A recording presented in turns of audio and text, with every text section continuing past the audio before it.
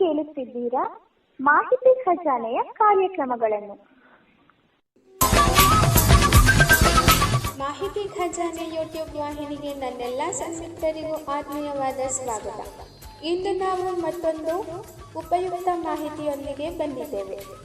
ಈ ವಿಡಿಯೋ ನಿಮಗೇನಾದರೂ ಇಷ್ಟವಾದಲ್ಲಿ ಲೈಕ್, ಶೇರ್, ಕಾಮೆಂಟ್ ಮಾಡಿ ಹಾಗೂ ಇನ್ನು ಹೆಚ್ಚು ಉಪಯುಕ್ತ ಮಾಹಿತಿಯನ್ನು ನಮ್ಮ ಯೂಟ್ಯೂಬ್ ವಾಹಿನಿಯಿಂದ ಏನಾದರೂ ನಿರೀಕ್ಷಿಸುತ್ತಿದ್ದೀರಾ?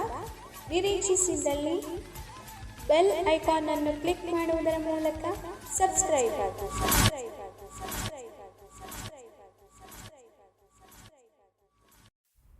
ದಿನಾಂಕ 27 ಅಬ್ದುಲ್ ಕಲಾಂ ಅವರ ಸ್ಮರಣೆ.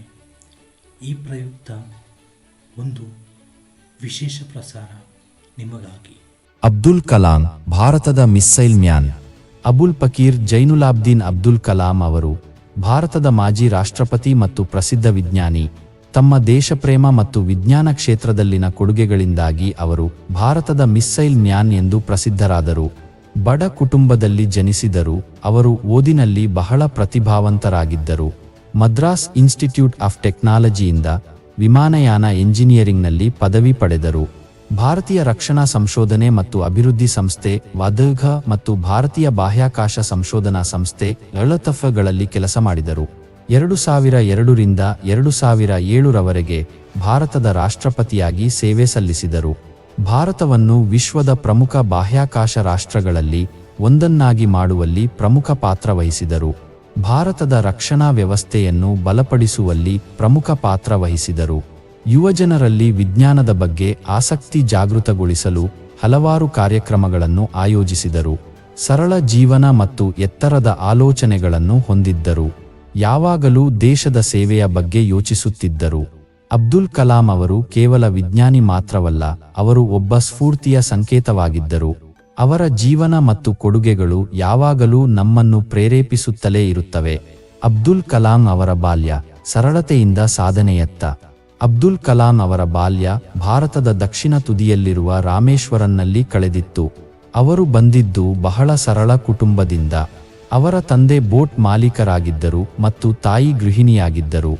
ಕಲಾಂ ಅವರು ತಮ್ಮ ಕುಟುಂಬದ ಆರ್ಥಿಕ ಪರಿಸ್ಥಿತಿಯ ಹೊರತಾಗಿಯೂ ಓದಿನಲ್ಲಿ ಬಹಳ ಪ್ರತಿಭಾವಂತರಾಗಿದ್ದರು. ಕಷ್ಟಗಳ ನಡುವೆಯೂ ಓದು. ಕಲಾಂ ಅವರು ತಮ್ಮ ಬಾಲ್ಯದಲ್ಲಿ ಹಲವಾರು ಕಷ್ಟಗಳನ್ನು ಎದುರಿಸಿದರು. ಓದಿನಲ್ಲಿ ಬಹಳ ಆಸಕ್ತಿ ಹೊಂದಿದ್ದರು. ಅವರು ರಾತ್ರಿಯಿಡೀ ದೀಪದ ಬೆಳಕಿನಲ್ಲಿ ಓದುತ್ತಿದ್ದರು. ಸರಳ ಜೀವನ. ಅವರು ತಮ್ಮ ಬಾಲ್ಯದಿಂದಲೇ ಸರಳ ಜೀವನವನ್ನು ನಡೆಸುತ್ತಿದ್ದರು. ಅವರು ಯಾವಾಗಲೂ ತಮ್ಮ ಕುಟುಂಬ ಮತ್ತು ಸಮಾಜದ ಸೇವೆಯಲ್ಲಿ ತೊಡಗಿಕೊಂಡಿದ್ದರು. ವಿಜ್ಞಾನದಲ್ಲಿ ಆಸಕ್ತಿ. ಕಲಾಂ ಅವರು ಬಾಲ್ಯದಿಂದಲೇ ವಿಜ್ಞಾನದಲ್ಲಿ ಬಹಳ ಆಸಕ್ತಿ ಹೊಂದಿದ್ದರು. ಅವರು ಸುತ್ತಮುತ್ತಲಿನ ವಸ್ತುಗಳನ್ನು ಗಮನಿಸುತ್ತಿದ್ದರು ಮತ್ತು ಅವುಗಳ ಬಗ್ಗೆ ಪ್ರಶ್ನೆಗಳನ್ನು ಕೇಳುತ್ತಿದ್ದರು. ಕಲಾಂ ಅವರ ಬಾಲ್ಯದಲ್ಲಿನ ಈ ಅನುಭವಗಳು ಅವರನ್ನು ಒಬ್ಬ ಯಶಸ್ವಿ ವಿಜ್ಞಾನಿಯನ್ನಾಗಿ ಮಾಡಲು ಸಹಾಯ ಮಾಡಿದವು. ಅವರ ಸರಳತೆ, ಕಷ್ಟಗಳನ್ನು ಎದುರಿಸುವ ಶಕ್ತಿ ಮತ್ತು ವಿಜ್ಞಾನದ ಕಡೆಗಿನ ಆಸಕ್ತಿ ಅವರನ್ನು ಭಾರತದ ಮಿಸ್ಸೈಲ್ ಮ್ಯಾನ್ ಆಗಿ ಮಾಡಿದವು. ಖಂಡಿತ ಅಬ್ದುಲ್ ಕಲಾಂ ಅವರ ಬಾಲ್ಯದಲ್ಲಿ ವಿಜ್ಞಾನದ ಮೇಲಿನ ಆಸಕ್ತಿ ಬಹಳ ವಿಶೇಷವಾಗಿತ್ತು. ಸುತ್ತಮುತ್ತಲಿನ ವಸ್ತುಗಳ ಕುತೂಹಲ. ಅವರು ತಮ್ಮ ಸುತ್ತಲಿನ ಪ್ರತಿಯೊಂದು ವಸ್ತುವಿನ ಬಗ್ಗೆ ಕುತೂಹಲ ಹೊಂದುತ್ತಿದ್ದರು. ಒಂದು ಸಣ್ಣ ಕಲ್ಲು ಹೇಗೆ ರಚನೆಯಾಯಿತು, ಗಾಳಿ ಹೇಗೆ ಬೀಸುತ್ತದೆ, ನಕ್ಷತ್ರಗಳು ಹೇಗೆ ಹೊಳೆಯುತ್ತವೆ ಎಂಬಿತ್ಯಾದಿ ಪ್ರಶ್ನೆಗಳನ್ನು ಕೇಳುತ್ತಿದ್ದರು. ಪುಸ್ತಕಗಳಲ್ಲಿನ ಜ್ಞಾನ. ಅವರು ವಿಜ್ಞಾನಕ್ಕೆ ಸಂಬಂಧಿಸಿದ ಪುಸ್ತಕಗಳನ್ನು ಓದಲು ತುಂಬಾ ಇಷ್ಟಪಡುತ್ತಿದ್ದರು. ವಿಜ್ಞಾನಿಗಳ ಜೀವನ ಮತ್ತು ಅವರ ಆವಿಷ್ಕಾರಗಳ ಬಗ್ಗೆ ಓದಿ ಅವರಲ್ಲಿ ವಿಜ್ಞಾನಿಯಾಗುವ ಆಸೆ ಇನ್ನಷ್ಟು ಬಲವಾಗಿ ಬೆಳೆಯಿತು. ಪ್ರಯೋಗಗಳು. ಅವರು ಸಣ್ಣ ಸಣ್ಣ ಪ್ರಯೋಗಗಳನ್ನು ಮಾಡಲು ಇಷ್ಟಪಡುತ್ತಿದ್ದರು. ಮನೆಯಲ್ಲಿ ಸಿಗುವ ವಸ್ತುಗಳನ್ನು ಬಳಸಿಕೊಂಡು ವಿವಿಧ ಪ್ರಯೋಗಗಳನ್ನು ಮಾಡುತ್ತಿದ್ದರು. ವಿಜ್ಞಾನಿಗಳ ಸಂಸ್ಪರ್ಶ. ಅವರಿಗೆ ವಿಜ್ಞಾನಿಗಳೊಂದಿಗೆ ಮಾತನಾಡುವ ಅವಕಾಶ ಸಿಕ್ಕಾಗ ಅವರು ತಮ್ಮಲ್ಲಿನ ವಿಜ್ಞಾನದ ಬೀಜವನ್ನು ಇನ್ನಷ್ಟು ಬೆಳೆಸಿಕೊಂಡರು. ಈ ಎಲ್ಲ ಅಂಶಗಳು ಸೇರಿ ಅವರಲ್ಲಿ ವಿಜ್ಞಾನದ ಮೇಲಿನ ಆಸಕ್ತಿಯನ್ನು ಬೆಳೆಸಿದವು ಮತ್ತು ಅವರು ಭವಿಷ್ಯದಲ್ಲಿ ಒಬ್ಬ ಯಶಸ್ವಿ ವಿಜ್ಞಾನಿಯಾಗಲು ಪ್ರೇರೇಪಿಸಿದವು. ಅವರ ಬಾಲ್ಯದಲ್ಲಿನ ಈ ವಿಜ್ಞಾನದ ಮೇಲಿನ ಆಸಕ್ತಿಯೇ ಅವರನ್ನು ಭಾರತದ ಮಿಸ್ಸೈಲ್ ಮ್ಯಾನ್ ಆಗಿ ಮಾಡಲು ಕಾರಣವಾಯಿತು. ವಿಜ್ಞಾನಿಯಾಗಿ ಕಲಾಂರು ಮಾಡಿದ ಸಾಧನೆಗಳು ಹಾಗೂ ಆವಿಷ್ಕಾರಗಳು. ವಿಜ್ಞಾನಿಯಾಗಿ ಅಬ್ದುಲ್ ಕಲಾಂ ಅವರು ಭಾರತಕ್ಕೆ ಅನೇಕ ಅಮೂಲ್ಯ ಕೊಡುಗೆಗಳನ್ನು ನೀಡಿದ್ದಾರೆ. ಅವರನ್ನು ಭಾರತದ ಮಿಸ್ಸೈಲ್ ಮ್ಯಾನ್ ಎಂದು ಕರೆಯಲು ಕಾರಣವೇ ಅವರ ಸಾಧನೆಗಳು. ಕಲಾಂ ಅವರ ಪ್ರಮುಖ ಸಾಧನೆಗಳು ಮತ್ತು ಆವಿಷ್ಕಾರಗಳು. ಭಾರತದ ಮಿಸ್ಸೈಲ್ ಕಾರ್ಯಕ್ರಮ. ಅಗ್ನಿ, ಪೃಥ್ವಿ ಮತ್ತು ನಾಗ ಮಿಸ್ಸೈಲ್ಗಳ ಅಭಿವೃದ್ಧಿಯಲ್ಲಿ ಕಲಾಂ ಅವರು ಪ್ರಮುಖ ಪಾತ್ರ ವಹಿಸಿದರು. ಈ ಮಿಸ್ಸೈಲ್ಗಳು ಭಾರತದ ರಕ್ಷಣಾ ವ್ಯವಸ್ಥೆಯನ್ನು ಬಲಪಡಿಸುವಲ್ಲಿ ಪ್ರಮುಖ ಪಾತ್ರ ವಹಿಸಿವೆ. ಪರಮಾಣು ಶಸ್ತ್ರಾಸ್ತ್ರ ಕಾರ್ಯಕ್ರಮ. ಭಾರತದ ಪರಮಾಣು ಶಸ್ತ್ರಾಸ್ತ್ರ ಕಾರ್ಯಕ್ರಮದಲ್ಲಿ ಕಲಾಂ ಅವರು ಪ್ರಮುಖ ಪಾತ್ರ ವಹಿಸಿದರು. ಭಾರತೀಯ ಬಾಹ್ಯಾಕಾಶ ಕಾರ್ಯಕ್ರಮ. ಪೋಖ್ರಾನ್-ಧತ ಪರಮಾಣು ಪರೀಕ್ಷೆಯ ನಂತರ ಕಲಾಂ ಅವರು ಭಾರತೀಯ ಬಾಹ್ಯಾಕಾಶ ಕಾರ್ಯಕ್ರಮವನ್ನು ಮುನ್ನಡೆಸುವಲ್ಲಿ ಪ್ರಮುಖ ಪಾತ್ರ ವಹಿಸಿದರು.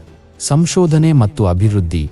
ಅವರು ಹಲವಾರು ವಿಜ್ಞಾನ ಸಂಶೋಧನೆ ಮತ್ತು ಅಭಿವೃದ್ಧಿ ಯೋಜನೆಗಳಿಗೆ ನಾಯಕತ್ವ ವಹಿಸಿದರು. ವಿಜ್ಞಾನ ಶಿಕ್ಷಣ. ಅವರು ವಿಜ್ಞಾನ ಶಿಕ್ಷಣವನ್ನು ಪ್ರೋತ್ಸಾಹಿಸುವಲ್ಲಿ ಬಹಳ ಆಸಕ್ತಿ ಹೊಂದಿದ್ದರು. ಅವರು ಯುವಜನರಲ್ಲಿ ವಿಜ್ಞಾನದ ಬಗ್ಗೆ ಜಾಗೃತಿ ಮೂಡಿಸಲು ಹಲವಾರು ಕಾರ್ಯಕ್ರಮಗಳನ್ನು ಆಯೋಜಿಸಿದರು. ಕಲಾಂ ಅವರ ಸಾಧನೆಗಳಿಂದ ಭಾರತವು ವಿಶ್ವದ ಪ್ರಮುಖ ವಿಜ್ಞಾನ ಮತ್ತು ತಂತ್ರಜ್ಞಾನ ಶಕ್ತಿಗಳಲ್ಲಿ ಒಂದಾಯಿತು. ಅವರ ಕೊಡುಗೆಗಳು ಭಾರತದ ಇತಿಹಾಸದಲ್ಲಿ ಚಿನ್ನದ ಅಕ್ಷರಗಳಲ್ಲಿ ಬರೆಯಲ್ಪಟ್ಟಿವೆ. ಅವರ ಕೆಲವು ಪ್ರಮುಖ ಆವಿಷ್ಕಾರಗಳು. ಅಗ್ನಿ ಮಿಸ್ಸೈಲ್, ಭಾರತದ ಮೊದಲ ಸ್ವದೇಶಿ ಮಧ್ಯಮ ವ್ಯಾಪ್ತಿಯ ಬಾಲಿಸ್ಟಿಕ್ ಮಿಸ್ಸೈಲ್. ಪೃಥ್ವಿ ಮಿಸ್ಸೈಲ್, ಭಾರತದ ಮೊದಲ ಸ್ವದೇಶಿ ಕ್ಷಿಪಣಿ. ನಾಗ ಮಿಸ್ಸೈಲ್, ಭಾರತದ ಮೊದಲ ಸ್ವದೇಶಿ ವಿರೋಧಿ ಟ್ಯಾಂಕ್ ಕ್ಷಿಪಣಿ. ಈ ಆವಿಷ್ಕಾರಗಳು ಭಾರತದ ರಕ್ಷಣಾ ವ್ಯವಸ್ಥೆಯನ್ನು ಬಲಪಡಿಸುವಲ್ಲಿ ಪ್ರಮುಖ ಪಾತ್ರ ವಹಿಸಿವೆ. ಅಬ್ದುಲ್ ಕಲಾಂ ಅವರು ಭಾರತೀಯ ಬಾಹ್ಯಾಕಾಶ ಸಂಶೋಧನಾ ಸಂಸ್ಥೆ ಇಸ್ರೋಯಲ್ಲಿ ಅತ್ಯಂತ ಮಹತ್ವದ ಪಾತ್ರವನ್ನು ವಹಿಸಿದ್ದರು. ಇಸ್ರೋದಲ್ಲಿ ಅವರು ನಡೆಸಿದ ಕೆಲಸವು ಭಾರತದ ಬಾಹ್ಯಾಕಾಶ ಕಾರ್ಯಕ್ರಮದಲ್ಲಿ ಹೊಸ ಅಧ್ಯಾಯವನ್ನು ತೆರೆದಿತು. ಕಲಾಂ ಅವರು ಇಸ್ರೋದಲ್ಲಿ ಮಾಡಿದ ಕೆಲಸ. ರೋಹಿಣಿ ಉಪಗ್ರಹ. ಕಲಾಂ ಅವರು ಭಾರತದ ಮೊದಲ ಉಪಗ್ರಹವಾದ ರೋಹಿಣಿಯನ್ನು ಭೂಮಿಯ ಕಕ್ಷೆಗೆ ಸೇರಿಸುವ ಯೋಜನೆಯ ನಿರ್ದೇಶಕರಾಗಿದ್ದರು. 1980ರಲ್ಲಿ ಈ ಯೋಜನೆ ಯಶಸ್ವಿಯಾಗಿ ಪೂರ್ಣಗೊಂಡು ಭಾರತವು ಸ್ವತಂತ್ರವಾಗಿ ಉಪಗ್ರಹಗಳನ್ನು ಉಡಾವಣೆ ಮಾಡುವ ದೇಶಗಳ ಸಾಲಿಗೆ ಸೇರಿತು. ಉಪಗ್ರಹ ಉಡಾವಣಾ ವಾಹನ ಲಗರ್-ದತಕ. ರೋಹಿಣಿ ಉಪಗ್ರಹವನ್ನು ಉಡಾವಣೆ ಮಾಡಲು ಬಳಸಿದ ಲಗರ್-ದತಕ ರಾಕೆಟ್ನ ಅಭಿವೃದ್ಧಿಯಲ್ಲಿ ಕಲಾಂ ಅವರು ಪ್ರಮುಖ ಪಾತ್ರ ವಹಿಸಿದ್ದರು. ಪೋಖ್ರಾನ್-ಧತ ಪರಮಾಣು ಪರೀಕ್ಷೆ. 1998ರಲ್ಲಿ ನಡೆದ ಪೋಖ್ರಾನ್-ಧತ ಪರಮಾಣು ಪರೀಕ್ಷೆಯ ನಂತರ ಕಲಾಂ ಅವರು ಭಾರತೀಯ ಬಾಹ್ಯಾಕಾಶ ಕಾರ್ಯಕ್ರಮವನ್ನು ಮುನ್ನಡೆಸುವಲ್ಲಿ ಪ್ರಮುಖ ಪಾತ್ರ ವಹಿಸಿದರು. ಭವಿಷ್ಯದ ಯೋಜನೆಗಳು. ಕಲಾಂ ಅವರು ಭಾರತದ ಬಾಹ್ಯಾಕಾಶ ಕಾರ್ಯಕ್ರಮದ ಭವಿಷ್ಯದ ಯೋಜನೆಗಳನ್ನು ರೂಪಿಸುವಲ್ಲಿ ಪ್ರಮುಖ ಪಾತ್ರ ವಹಿಸಿದ್ದರು. ಕಲಾಂ ಅವರ ಕೊಡುಗೆಗಳಿಂದ ಭಾರತವು ಬಾಹ್ಯಾಕಾಶ ಕ್ಷೇತ್ರದಲ್ಲಿ ಸ್ವಯಂ ಸಮರ್ಥವಾಗಿ ಮಾರ್ಪಟ್ಟಿದೆ. ಇಂದು ಭಾರತವು ವಿಶ್ವದ ಪ್ರಮುಖ ಬಾಹ್ಯಾಕಾಶ ರಾಷ್ಟ್ರಗಳಲ್ಲಿ ಒಂದಾಗಿದೆ ಎಂಬುದು ಕಲಾಂ ಅವರ ಕಠಿಣ ಪರಿಶ್ರಮ ಮತ್ತು ದೃಷ್ಟಿಯ ಪರಿಣಾಮವೇ. ಖಂಡಿತ ಕಲಾಂ ಅವರು ಮಕ್ಕಳೊಂದಿಗೆ ಅದ್ಭುತವಾದ ಬಾಂಧವ್ಯ ಹೊಂದಿದ್ದರು. ಅವರು ಮಕ್ಕಳಿಗೆ ವಿಜ್ಞಾನದ ಬಗ್ಗೆ ಆಸಕ್ತಿ ಹುಟ್ಟಿಸುವಲ್ಲಿ ಬಹಳ ಕ್ರಿಯಾಶೀಲರಾಗಿದ್ದರು. ಕಲಾಂ ಅವರ ಮತ್ತು ಮಕ್ಕಳ ನಡುವಿನ ಬಾಂಧವ್ಯದ ಕೆಲವು ಮುಖ್ಯ ಅಂಶಗಳು. ವಿಜ್ಞಾನದ ಬೀಜ ಬಿತ್ತುವವರು. ಕಲಾಂ ಅವರು ಭಾರತದ ಭವಿಷ್ಯವು ವಿಜ್ಞಾನ ಮತ್ತು ತಂತ್ರಜ್ಞಾನದ ಮೇಲೆ ಅವಲಂಬಿತವಾಗಿದೆ ಎಂದು ನಂಬಿದ್ದರು. ಹಾಗಾಗಿ ಅವರು ಮಕ್ಕಳಲ್ಲಿ ವಿಜ್ಞಾನದ ಬೀಜ ಬಿತ್ತಲು ಅನೇಕ ಕಾರ್ಯಕ್ರಮಗಳನ್ನು ಆಯೋಜಿಸುತ್ತಿದ್ದರು. ಪ್ರೇರಣೆಯ ಸ್ಫೂರ್ತಿ. ಕಲಾಂ ಅವರು ತಮ್ಮ ಜೀವನದ ಕಥೆಗಳ ಮೂಲಕ ಮಕ್ಕಳಿಗೆ ಪ್ರೇರಣೆ ನೀಡುತ್ತಿದ್ದರು. ತಮ್ಮ ಸಾಧನೆಗಳನ್ನು ಹಂಚಿಕೊಂಡು ಮಕ್ಕಳು ತಮ್ಮ ಕನಸುಗಳನ್ನು ಸಾಕಾರಗೊಳಿಸಬಹುದು ಎಂದು ಅವರು ತೋರಿಸಿಕೊಟ್ಟರು. ಸರಳತೆ ಮತ್ತು ಸುಲಭ ಭಾಷೆ. ಕಲಾಂ ಅವರು ವಿಜ್ಞಾನದ ಸಂಕೀರ್ಣ ವಿಷಯಗಳನ್ನು ಸರಳ ಮತ್ತು ಸುಲಭ ಭಾಷೆಯಲ್ಲಿ ಮಕ್ಕಳಿಗೆ ವಿವರಿಸುತ್ತಿದ್ದರು. ಇದರಿಂದ ಮಕ್ಕಳು ವಿಜ್ಞಾನವನ್ನು ಹೆಚ್ಚು ಆಸಕ್ತಿಯಿಂದ ಕಲಿಯುತ್ತಿದ್ದರು. ಭಾರತದ ಭವಿಷ್ಯ. ಕಲಾಂ ಅವರು ಭಾರತದ ಭವಿಷ್ಯವು ಮಕ್ಕಳ ಕೈಯಲ್ಲಿದೆ ಎಂದು ನಂಬಿದ್ದರು. ಹಾಗಾಗಿ ಅವರು ಮಕ್ಕಳನ್ನು ದೇಶದ ಭವಿಷ್ಯದ ನಿರ್ಮಾತೃಗಳಾಗಿ ತಯಾರಿಸಲು ಬಯಸುತ್ತಿದ್ದರು.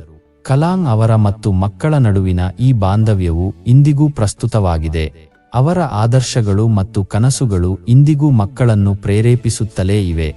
ಕಲಾಂ ಅವರ ಆದರ್ಶಗಳು ಇಂದಿಗೂ ಪ್ರಸ್ತುತವಾಗಿರುವುದರಿಂದ ಅವರನ್ನು ನೆನಪಿಸಿಕೊಳ್ಳುವುದು ಮತ್ತು ಅವರ ಆದರ್ಶಗಳನ್ನು ಜೀವನದಲ್ಲಿ ಅಳವಡಿಸಿಕೊಳ್ಳುವುದು ನಮ್ಮೆಲ್ಲರ ಕರ್ತವ್ಯವಾಗಿದೆ. ಕಲಾಂ ಅವರ ಭಾಷಣಗಳು ಕೇವಲ ಮಾತುಗಳ ಸಮೂಹವಲ್ಲ, ಅವು ಭಾರತದ ಯುವಜನತೆಗೆ ನಿರ್ದೇಶಿಸಿದ ಶಕ್ತಿಯುತ ಸಂದೇಶಗಳಾಗಿದ್ದವು. ಅವರ ಪ್ರತಿಯೊಂದು ಮಾತು ಒಂದು ಪ್ರೇರಣೆಯ ಸ್ಫೂರ್ತಿಯಾಗಿದೆ. ಕಲಾಂ ಅವರ ಭಾಷಣಗಳ ಮುಖ್ಯ ಸಂದೇಶಗಳು ಹೀಗಿವೆ. ಕನಸು ಕಾಣುವುದು ಮುಖ್ಯ. ಕಲಾಂ ಅವರು ಯಾವಾಗಲೂ ಕನಸು ಕಾಣುವಂತೆ ಪ್ರೋತ್ಸಾಹಿಸುತ್ತಿದ್ದರು. ಅಸಾಧ್ಯ ಎಂಬ ಮಾತನ್ನು ನಂಬದೆ ದೊಡ್ಡ ಕನಸುಗಳನ್ನು ಕಾಣುವಂತೆ ಹೇಳುತ್ತಿದ್ದರು. ಕಠಿಣ ಪರಿಶ್ರಮದ ಮಹತ್ವ.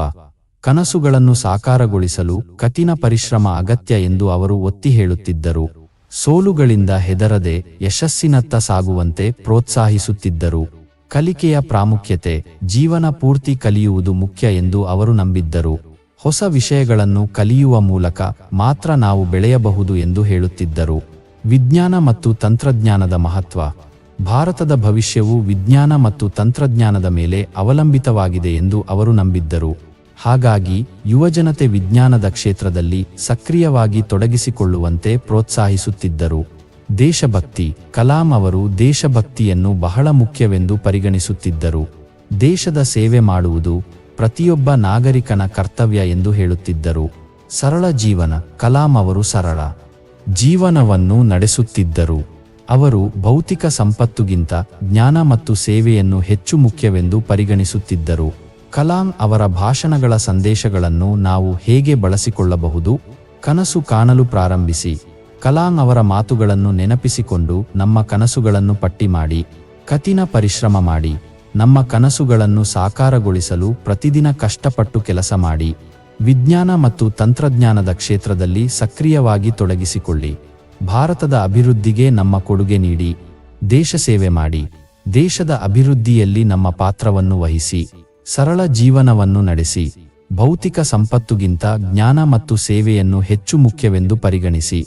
ಕಲಾಂ ಅವರ ಭಾಷಣಗಳು ಇಂದಿಗೂ ಪ್ರಸ್ತುತವಾಗಿವೆ.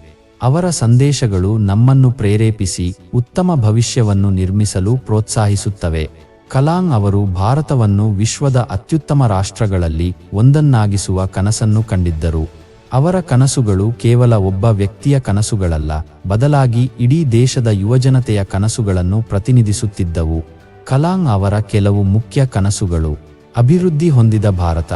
ಕಲಾಂ ಅವರು ಭಾರತವು ವಿಜ್ಞಾನ ಮತ್ತು ತಂತ್ರಜ್ಞಾನದಲ್ಲಿ ಅಗ್ರಗಣ್ಯ ಸ್ಥಾನವನ್ನು ಪಡೆಯುವ ಕನಸನ್ನು ಕಂಡಿದ್ದರು. ಅವರು ಭಾರತವನ್ನು ಆರ್ಥಿಕವಾಗಿ ಸಬಲಗೊಳಿಸುವ ಮತ್ತು ಸಾಮಾಜಿಕವಾಗಿ ಸಮಾನತೆಯನ್ನು ಸಾಧಿಸುವ ಕನಸನ್ನು ಕಂಡಿದ್ದರು. ವಿಜ್ಞಾನ ಮತ್ತು ತಂತ್ರಜ್ಞಾನದಲ್ಲಿ ಸ್ವಾವಲಂಬನೆ. ಕಲಾಂ ಅವರು ಭಾರತವು ವಿಜ್ಞಾನ ಮತ್ತು ತಂತ್ರಜ್ಞಾನದಲ್ಲಿ ಸ್ವಾವಲಂಬಿಯಾಗಬೇಕೆಂದು ಬಯಸಿದ್ದರು. ಅವರು ದೇಶದಲ್ಲಿ ವಿಜ್ಞಾನ ಸಂಶೋಧನೆಗೆ ಹೆಚ್ಚಿನ ಪ್ರೋತ್ಸಾಹ ನೀಡಬೇಕೆಂದು ಭಾವಿಸಿದ್ದರು. ಯುವಜನತೆಯ ಸಬಲೀಕರಣ. ಕಲಾಂ ಅವರು ಭಾರತದ ಭವಿಷ್ಯವು ಯುವಜನತೆಯ ಕೈಯಲ್ಲಿದೆ ಎಂದು ನಂಬಿದ್ದರು. ಅವರು ಯುವಜನತೆಯನ್ನು ಶಿಕ್ಷಿತರು ಮತ್ತು ಕೌಶಲ್ಯಪೂರ್ಣರನ್ನಾಗಿಸುವ ಕನಸನ್ನು ಕಂಡಿದ್ದರು. ಕಲಾಂ ಅವರ ಕನಸುಗಳನ್ನು ನಾವು ಹೇಗೆ ನನಸಾಗಿಸಬಹುದು? ಕಲಿಯುವುದನ್ನು ಮುಂದುವರಿಸಿ. ಜೀವನ ಪೂರ್ತಿ ಕಲಿಯುವುದು ಮುಖ್ಯ. ಹೊಸ ವಿಷಯಗಳನ್ನು ಕಲಿಯುವ ಮೂಲಕ ನಾವು ನಮ್ಮನ್ನು ನಾವು ನಿರಂತರವಾಗಿ ಅಭಿವೃದ್ಧಿಪಡಿಸಿಕೊಳ್ಳಬಹುದು. ಕಲಾಂ ಅವರ ಕನಸುಗಳು ಇಂದಿಗೂ ಪ್ರಸ್ತುತವಾಗಿವೆ. ಅವರ ಕನಸುಗಳನ್ನು ನನಸಾಗಿಸುವುದು ನಮ್ಮೆಲ್ಲರ ಜವಾಬ್ದಾರಿಯಾಗಿದೆ. ಕಲಾಮರ ವೈಯಕ್ತಿಕ ಜೀವನ. ಕಲಾಂ ಅವರ ವೈಯಕ್ತಿಕ ಜೀವನವು ಅವರ ವೃತ್ತಿ ಜೀವನದಷ್ಟೇ ಸರಳ ಮತ್ತು ಪ್ರೇರಣಾದಾಯಕವಾಗಿತ್ತು. ಅವರು ತಮ್ಮ ಸರಳತೆ ಮತ್ತು ದೇಶಭಕ್ತಿಗಾಗಿ ಹೆಸರುವಾಸಿಯಾಗಿದ್ದರು. ಕೆಲವು ಮುಖ್ಯ ಅಂಶಗಳು. ಕುಟುಂಬ ಪ್ರೀತಿ. ಕಲಾಂ ಅವರು ತಮ್ಮ ಕುಟುಂಬವನ್ನು ಬಹಳ ಪ್ರೀತಿಸುತ್ತಿದ್ದರು. ಅವರು ತಮ್ಮ ಕುಟುಂಬದ ಬಗ್ಗೆ ತುಂಬಾ ಕಾಳಜಿ ವಹಿಸುತ್ತಿದ್ದರು. ಆಧ್ಯಾತ್ಮಿಕತೆ. ಕಲಾಂ ಅವರು ಆಧ್ಯಾತ್ಮಿಕವಾಗಿ ಬಹಳ ಆಳವಾದ ವ್ಯಕ್ತಿಯಾಗಿದ್ದರು. ಅವರು ಪ್ರತಿದಿನ ಧ್ಯಾನ ಮಾಡುತ್ತಿದ್ದರು ಮತ್ತು ಧಾರ್ಮಿಕ ಗ್ರಂಥಗಳನ್ನು ಓದುತ್ತಿದ್ದರು. ಸಮಯ ನಿರ್ವಹಣೆ. ಕಲಾಂ ಅವರು ತಮ್ಮ ಸಮಯವನ್ನು ಬಹಳ ಚೆನ್ನಾಗಿ ನಿರ್ವಹಿಸುತ್ತಿದ್ದರು. ಅವರು ಪ್ರತಿದಿನ ಬಹಳ ಕೆಲಸ ಮಾಡುತ್ತಿದ್ದರೂ ಕೂಡ ಅವರು ತಮ್ಮ ಆರೋಗ್ಯ ಮತ್ತು ಮನಸ್ಸಿಗೆ ಸಮಯ ನೀಡುತ್ತಿದ್ದರು. ಕಲಾಂ ಅವರ ವೈಯಕ್ತಿಕ ಜೀವನದಿಂದ ನಾವು ಏನು ಕಲಿಯಬಹುದು? ಕುಟುಂಬದ ಪ್ರಾಮುಖ್ಯತೆ. ಕುಟುಂಬದೊಂದಿಗೆ ಸಮಯ ಕಳೆಯುವುದು ಬಹಳ ಮುಖ್ಯ. ಆಧ್ಯಾತ್ಮಿಕತೆಯ ಪ್ರಯೋಜನಗಳು. ಧ್ಯಾನ ಮತ್ತು ಆಧ್ಯಾತ್ಮಿಕ ಚಟುವಟಿಕೆಗಳು ಮನಸ್ಸನ್ನು ಶಾಂತಗೊಳಿಸುತ್ತವೆ. ಸಮಯ ನಿರ್ವಹಣೆಯ ಕಲೆ. ಸಮಯವನ್ನು ಸರಿಯಾಗಿ ಬಳಸಿಕೊಳ್ಳುವುದು ಎಲ್ಲಾ ಕೆಲಸಗಳನ್ನು ಪೂರ್ಣಗೊಳಿಸಲು ಸಹಾಯ ಮಾಡುತ್ತದೆ. ಆರೋಗ್ಯದ ಬಗ್ಗೆ ಕಾಳಜಿ ವಹಿಸುವುದು. ಆರೋಗ್ಯವಂತ ಜೀವನ ಶೈಲಿಯನ್ನು ಅನುಸರಿಸುವುದು ಬಹಳ ಮುಖ್ಯ. ಕಲಾಂ ಅವರ ವೈಯಕ್ತಿಕ ಜೀವನವು ನಮಗೆ ಬಹಳಷ್ಟು ಪಾಠಗಳನ್ನು ಕಲಿಸುತ್ತದೆ. ಅವರ ಸರಳತೆ, ದೇಶಭಕ್ತಿ ಮತ್ತು ಕಠಿಣ ಪರಿಶ್ರಮ ನಮಗೆ ಪ್ರೇರಣೆಯಾಗಬೇಕು. ಕಲಾಮರ ಅಂತಿಮ ಜೀವನ. ಕಲಾಂ ಅವರ ಅಂತಿಮ ಜೀವನವು ತಮ್ಮ ದೇಶದ ಸೇವೆಗೆ ಮೀಸಲಾಗಿತ್ತು. ತಮ್ಮ ಅಂತಿಮ ದಿನಗಳವರೆಗೂ ಅವರು ಯುವಜನತೆಯನ್ನು ಪ್ರೇರೇಪಿಸುತ್ತಲೇ ಇದ್ದರು. ಕಲಾಂ ಅವರ ಅಂತಿಮ ದಿನಗಳಲ್ಲಿ ನಡೆದ ಕೆಲವು ಪ್ರಮುಖ ಘಟನೆಗಳು. ಉಪನ್ಯಾಸಗಳು ಮತ್ತು ಭಾಷಣಗಳು. ಅವರು ವಿವಿಧ ಕಾಲೇಜುಗಳು ಮತ್ತು ವಿಶ್ವವಿದ್ಯಾಲಯಗಳಲ್ಲಿ ಉಪನ್ಯಾಸ ನೀಡುತ್ತಿದ್ದರು. ಯುವಜನತೆಯಲ್ಲಿ ವಿಜ್ಞಾನದ ಬಗ್ಗೆ ಆಸಕ್ತಿ ಹುಟ್ಟಿಸುವಲ್ಲಿ ಅವರು ತೊಡಗಿಸಿಕೊಂಡಿದ್ದರು. ಪುಸ್ತಕಗಳು. ತಮ್ಮ ಅನುಭವಗಳನ್ನು ಹಂಚಿಕೊಳ್ಳಲು ಅವರು ಹಲವು ಪುಸ್ತಕಗಳನ್ನು ಬರೆದರು. ಭಾರತದ ಅಭಿವೃದ್ಧಿಗಾಗಿ ಅವರು ಹಲವು ಯೋಜನೆಗಳನ್ನು ರೂಪಿಸಿದರು. ಯುವಜನತೆಯೊಂದಿಗೆ ಸಂವಾದ ನಡೆಸಿ ಅವರ ಪ್ರಶ್ನೆಗಳಿಗೆ ಉತ್ತರಿಸುತ್ತಿದ್ದರು. ಕಲಾಂ ಅವರ ಅಂತಿಮ ದಿನಗಳು. ಕಲಾಂ ಅವರು 2015 ಜುಲೈ 27 ಇಸ್ಲಾಮಾಬಾದ್ನಲ್ಲಿ ಉಪನ್ಯಾಸ ನೀಡುತ್ತಿದ್ದ ವೇಳೆ ಹೃದಯಾಘಾತದಿಂದ ನಿಧನರಾದರು. ಅವರ ಅಗಲಿಕೆ ಇಡೀ ದೇಶಕ್ಕೆ ದೊಡ್ಡ ಆಘಾತವನ್ನು ನೀಡಿತು. ಕಲಾಂ ಅವರು ಬರೆದ ಪುಸ್ತಕಗಳು. ಒಂದು ಸ್ಫೂರ್ತಿಯ ಸಂಗ್ರಹ. ಭಾರತದ ಮಾಜಿ ರಾಷ್ಟ್ರಪತಿ, ಜನಪ್ರಿಯ ವಿಜ್ಞಾನಿ ಮತ್ತು ಪ್ರೇರಣೆಯ ಸಂಕೇತವಾಗಿದ್ದ ಎಪಿಜೆ ಅಬ್ದುಲ್ ಕಲಾಂ ಅವರು ತಮ್ಮ ಜೀವನದಲ್ಲಿ ಹಲವಾರು ಪುಸ್ತಕಗಳನ್ನು ಬರೆದಿದ್ದಾರೆ.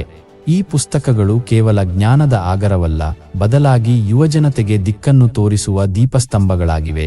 ಅವರ ಪುಸ್ತಕಗಳು ವಿಜ್ಞಾನ, ತಂತ್ರಜ್ಞಾನ, ದೇಶಭಕ್ತಿ ಮತ್ತು ಜೀವನದ ಬಗ್ಗೆ ಆಳವಾದ ಆಲೋಚನೆಗಳನ್ನು ಒಳಗೊಂಡಿವೆ. ಕಲಾಂ ಅವರ ಕೆಲವು ಪ್ರಮುಖ ಪುಸ್ತಕಗಳು. ವಿಂಗ್ಸ್ ಆಫ್ ಫೈರ್, ಅಗ್ನಿಯ ರೆಕ್ಕೆಗಳು. ಇದು ಕಲಾಂ ಅವರ ಆತ್ಮಕಥೆಯಾಗಿದ್ದು, ಬಡ ಕುಟುಂಬದ ಹುಡುಗನೊಬ್ಬ ಹೇಗೆ ಭಾರತದ ಬಾಹ್ಯಾಕಾಶ ಕಾರ್ಯಕ್ರಮದ ಪ್ರಮುಖ ವ್ಯಕ್ತಿಯಾದನು ಎಂಬ ಕಥೆಯನ್ನು ಹೇಳುತ್ತದೆ.